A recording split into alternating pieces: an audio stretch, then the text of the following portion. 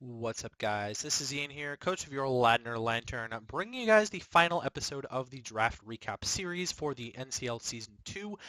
Today, we will be discussing the draft recap for Pip, or Phil, and his Wiltshire Wartortles. Um, this is one of the scariest teams that I've seen in the draft. I think he's drafted a lot of threats and a lot of good value picks for himself as well. I think it ends up complementing his team quite well, and I think it complements his playstyle quite well as well. I've only seen him compete in D&D and in the AAVL, but that is enough to sort of figure out that he likes to play a very balanced playstyle that plays around a lot of pivoting and a lot of creative team building as well. So Pip ended up with the, oh gosh, what did he have? Fifth overall pick, I want to say. Fifth or sixth overall pick. I can't exactly remember what it was. He was right in the middle of the draft, and in the first round, he ended up starting off one of his cores, his Firewater Grass core, where he ended up grabbing Manaphy. Manaphy is a very versatile mon in the format. Um, not often seen physically offensive, it actually can pull off a very good physically offensive set. Most known for its tail glow sweeps and its combine sweeps, Z rain dance shenanigans. With no Z moves, I think Manaphy is a massive threat. Sorry, not no Z moves, but no restrictions on Z moves. I think Manaphy's pretty big threat in the format. Base 100 across the board is really solid stat-wise, and it's a bulky water. In fact, it's probably one of the bulkier waters because of its base 100 stats across the board. It's a decent pivot option with U-turn as well. Um, it can function really well against the rain teams. Obviously, if you've been watching the draft recap videos along, you'll know that there are actually two rain teams in the league. So Manaphy, even its value went way up after that, even being a first round pick. I think Manaphy fits Phil's playstyle really well, and I'm excited to see him use Manaphy this season. Um, it gets some really good coverage options to sort of cover what Surf won't hit in Energy Ball and Ice Beam. And if it needs something else, it's got HP Electric available to it as well. Fairly standard sets are normally seen in the draft format, which is kind of unfortunate. I love seeing Leo or 6 Foot Hacks using Manaphy. He's a big proponent of like Assault Vest, knockoff, things along those lines. He loves the U-turn Manaphy, which is something that I'm a big fan of as well. Um, I think Pip is going to use this really well this season, and I'm excited to see how it plays out. So round 2, I think Phil maybe went a little bit overboard with this pick. I think he picked it a little bit early, but he saw the value in it clearly after it dropped from Tier 1 to Tier 2, and he grabbed Conkeldurr. This is absolutely the best fighting type in Tier 2 after it got dropped from Tier 1. Amazing physical attacker, pretty decent physical wall to be honest as well, with the 105 HP and the 95 defense. Most commonly seen with like an Assault Vest, although it has 3 amazing abilities. It's a really good status soaker. Same with Manaphy. Manaphy is a really good status soaker with the hydration ability. Um, Iron Fist powered Drain Punches and Mach Punches hurt like hell, and Sheer Force boosted things like Ice Punch, Thunder Punch. Um, I can't imagine what else. What other moves would benefit from Sheer Force on its set that I can think of? Poison Jab, Sheer Force boosted Poison Jab, things like that seem like they are pretty powerful as well. If you've been around the scene for a while, you'll know that Conkeldurr is kind of a big threat in the draft league format, and that's the reason why it was in Tier 1 last season, but then we moved it down to Tier 2 this season. Quite the contrast in speed between Manaphy and Conkeldurr, base 45 versus base 100. We'll sort of see if he's going to pick some stuff up in between that and maybe some stuff above Manaphy as well. With his next pick, he ended up grabbing a really threatening Tier 3, and in my opinion, a Mon that maybe shouldn't have been Tier 3, but I ended up moving it down from Tier 2 into Tier 3 anyways, and that is Nidoqueen. So his draft is kind of going off in a bunch of different areas now. He's not really finishing a core, not starting another core, but he's grabbing himself some hazards. He's got some Stealth Rocks and Toxic Spikes now. Nidoqueen is a massive threat with the Sheer Force ability. Surprisingly, Nidoqueen and Nidoking both don't really have fantastic special attack stats, but because of Sheer Force plus Life Orb, they benefit extremely well from both of those, and their incredible special move pools and physical move pools. Don't get me wrong, physical move pools too. Nidoqueen is a big threat for any team. It's on the bulkier side rather than Nidoking. It loses out on the speed, but it gains some bulk. Fits into a speed tier between the Manaphy and the Conkeldurr, which I really like. It's also another huge special threat, whereas Manaphy can kind of go both ways. Conkeldurr is really only a physical attacker. Nidoqueen is kind of a mixed attacker as well. I like that about Nidoqueen quite a bit.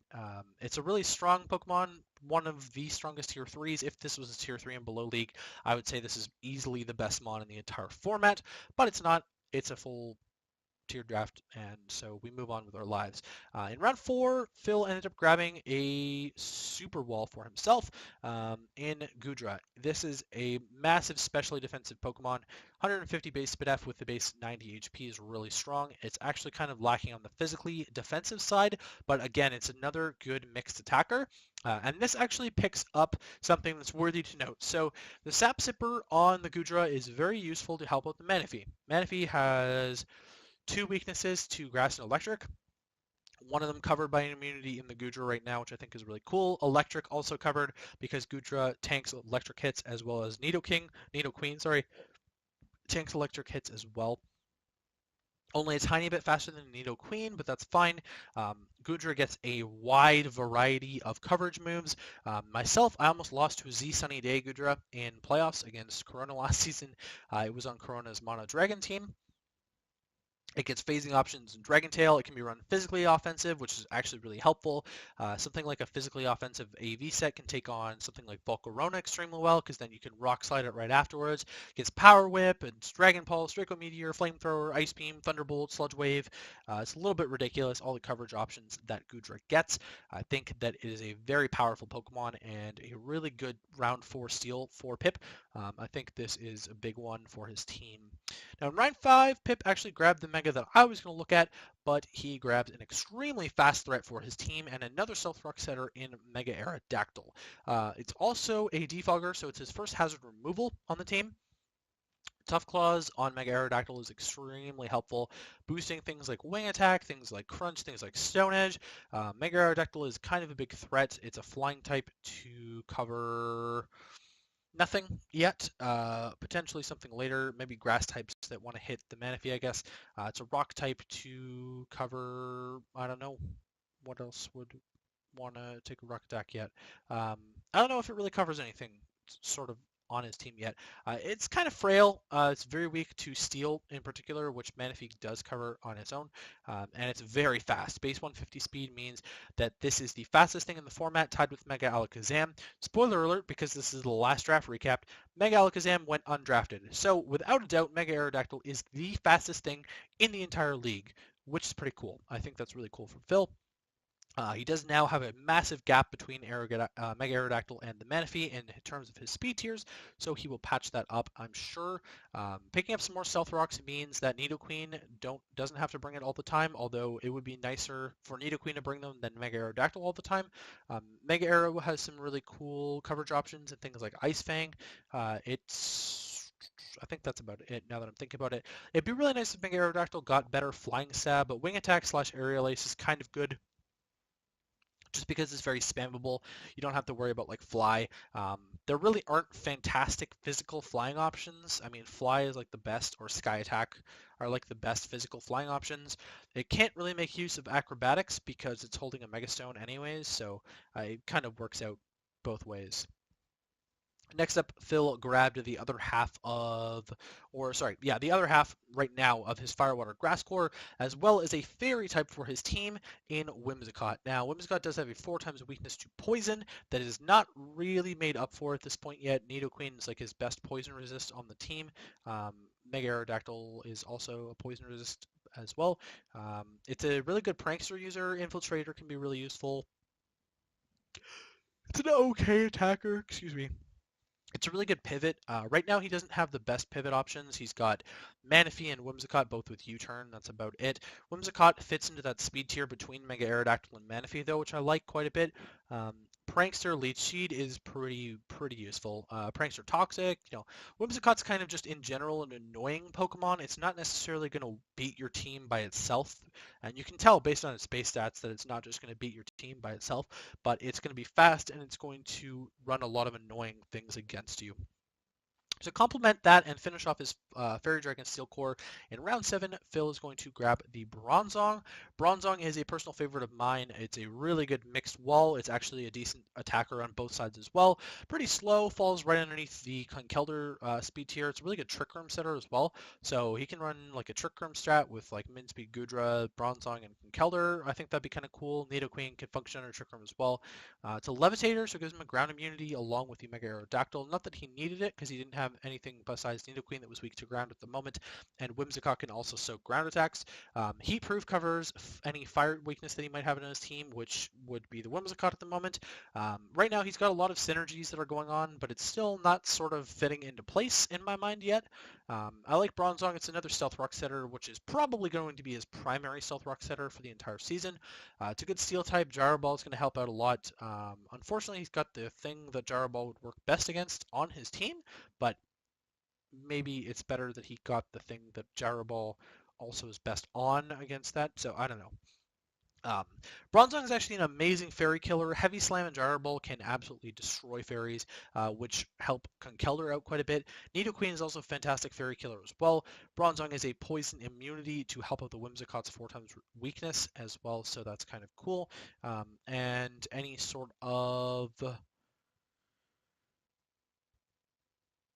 I lost my train of thought. I'm I'm very sorry. I totally forgot where I was going with that. To complement the Bronzong, a combo that I've seen A-Drive use, Phil is going to pick up the Umbreon with his next pick, complete his Psychic Dark Fighting Core with the Conkeldurr, Bronzong, and the Umbreon. Umbreon, another very good mixed wall, typically seen very much more specially defensive in terms of how you would see the game played out. It's an okay Dark type. It's not really going to it's not really going to beat like a ghost type or a psychic type all that often. Generally, they are fast enough to just get out from the Umbreon, and Umbreon doesn't typically run pursuit. It's a decent status absorber with synchronized, throwing status back at other things. It's a good status user, and it's also a really good wish passer. So the thing with Phil's team is that I think wish helps it out quite a bit. Before this, I believe he lacked recovery entirely outside of like rest. So it's nice that he's got a wish passer for his entire team, which can really use it. Things like Gudra really appreciate Wish. Things like Nidoqueen, things like Conkeldurr, things like Bronzong, all of those really appreciate Wishes. And Conkeldurr as well, if it's not running Guts, it doesn't appreciate being statused. Manaphy, if it's not running Rain, doesn't appreciate being statused. Gudra really doesn't appreciate being statused. Aerodactyl doesn't want to be burnt, so having a heal bell option on his team is really good. I can kind of see where his team's coming together now. I think Umbreon is sort of the glue for this team. I think Umbreon sort of makes this team make a lot more sense and makes his threats a lot more unbeatable. That's not really the word that I want. It makes his threats a lot more challenging to beat in team prep, I think, as well. Lots of things are going to have to run fighting coverage for this, which Bronzong will take neutrally, but Nidoqueen can take the fighting hits. Conkeldurr can take out other dark types that would maybe just switch in on a foul player or something like that. So I think Umbreon is a really good glue Pokemon. In round 9, Phil decided to go for his first tier 5, and he picked up Tauros. I've used Tauros before. It's okay. It's another Sheer Force user on his team, which I think is really cool. It's an Intimidate user, which could help out some other things later. It's a really good normal type to switch into the ghost attacks that Bronzong doesn't want to take, although Umbreon normally takes those a little bit better. Besides that, it's kind of just a good physical attacker. Sheer Force allows it to run a lot of moves with Life Orb that it normally wouldn't see the light of day with, but it ends up doing really well with. I know Crimson Seedbad has run a Sunny Day Tauros with Fire Blast and Life Orb Sheer Force that was pretty hilarious to watch. I think Tauros can be really useful on this team. The base 110 speed tier puts it a little bit below Whimsicott, so between Whimsicott and Manaphy, which I really like, I think that's pretty solid. Right now he's got a really good mix of speed tiers at the moment, although he's lacking... No, he's not really. He's not really lacking anywhere, actually. The speed tiers are pretty good at this point. Tauros is a pretty niche mon. I don't see it coming to a ton of matches for him. It's just, honestly, things like Mega Aerodactyl, Manaphy, Nidoqueen, and Conkeldurr are just going to be bigger threats than Tauros will be against most teams, and so it's probably just not going to show up all that often. Round 10, he decided to grab his other Tier 5, which filled up 40 of his free points, leaving him with enough free points for a Tier 1, by the way. And he picked up a really cool ghost type in Rotom. Rotom Spook, as lots of people like to call it. It's electric ghost type. I believe he didn't have an electric type before. It's another good pivot for his team, which he was kind of lacking. I'm a fan of Rotom Spook on this team. It's a decent special attacker, not all that bulky, kind of weak to dark, to be honest, but he's got a lot of good ways to deal with dark types in Conkeldurr and Umbreon at the moment. Uh, Reasonably fast. It's actually sitting at a really good speed tier for his team at base 91. It's a levitator, so it's not weak to ground, which I really like about his team is that he doesn't have a ton of core weaknesses going on. It's very balanced in that sense as well. Rotom, again, it's a very good Volt Switch abuser. It's a decent Shadow Ball spammer, so I can see it coming to a few games. More than often, it's seen like Scarf or Specs generally, or generally that's the way that you want to go with Rotom Spook, although it can have some utility roles with things like Will-O-Wisp, Foul Play, things along those lines. It does get Sucker Punch as well, I believe, so could be kind of a neat mon to go. This is actually the fourth form of Rotom out of 7 that was drafted. So the only forms of Rotom that were not drafted were Rotom Frost, Rotom Fan. No, is that it? Rotom Frost and Rotom Fan. Yeah, 4 out of 6. Rotom Frost and Rotom Fan were the only ones not drafted, also in Tier 5. Last but not least, for Phil's draft and for the last pick that we will be covering in the draft recap is Blacephalon. Blacephalon is really cool on this team. If he did not have Rotom Spook, the ghost typing would be phenomenal on this team. Like I said previously in some of the other draft recap videos, Ghost is an amazing offensive type in the Draft League format. Blacephalon's an amazing attacker. It's very frail. It's extremely frail, actually, but it has an amazing base attack and an amazing base special attack. Um, Big fan of Blacephalon myself. I think it's pretty cool. It's a really cool speed tier for his team. He needed a fire type, so he's finally rounding out his Fire, Water, Grass core. A Beast Boost user is really cool. It can speed boost, it can attack boost, it can specially attack boost. I think Blacephalon sort of fits under this team really well. I think he's got a lot of ways to complement the Blacephalon at the moment. Things like Dark and Ghost are covered by the Umbreon. Things like Water are already covered by things like the Manaphy, things like the Goodra, things like the Whimsicott. Things like Ground are already covered by Levitate Bronzong, Mega Aerodactyl, Levitate Rotom Spook, Whimsicott as well. So I can see this Blacephalon doing quite a bit of work this season, and I'm excited to see Phil use it. So now we'll move on to the strengths and weaknesses part of the episode, and we'll talk about Phil's strengths and weaknesses. So one really good thing, he has 5 poison resists. That's kind of big in my mind for his for only his 1 poison weakness, that being his 4 times weakness to Whimsicott. I think that poison is not going to be a very effective type against his team. In fact, it's the most resist that he has is 2 poison. Covering up his 4 times weakness is really good. Makes you not want to put HP Poison on a lot of things. I think HP Ice is going to be a much more common bring against his team. 4 Grass Resist seems to be pretty common in this league.